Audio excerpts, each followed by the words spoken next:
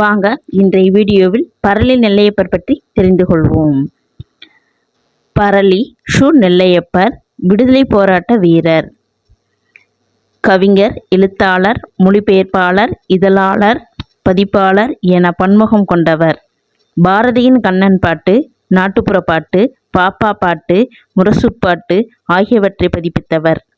பாரதி நடத்திய சூரியோதயம், கர்மயோகி ஆகிய இதழ்களில் துணையாசிரியராகவும், லோகோ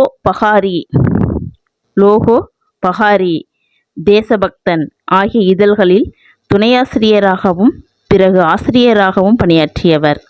இவர் நெல்லை தென்றல், பாரதி வாழ்த்து, உய்யும் வழி ஆகிய கவிதை நூல்களையும் வ.உ.சி. சிதம்பரனாரின் வாழ்க்கை வரலாற்றையும் எழுதியுள்ளார். நன்றி, வணக்கம்.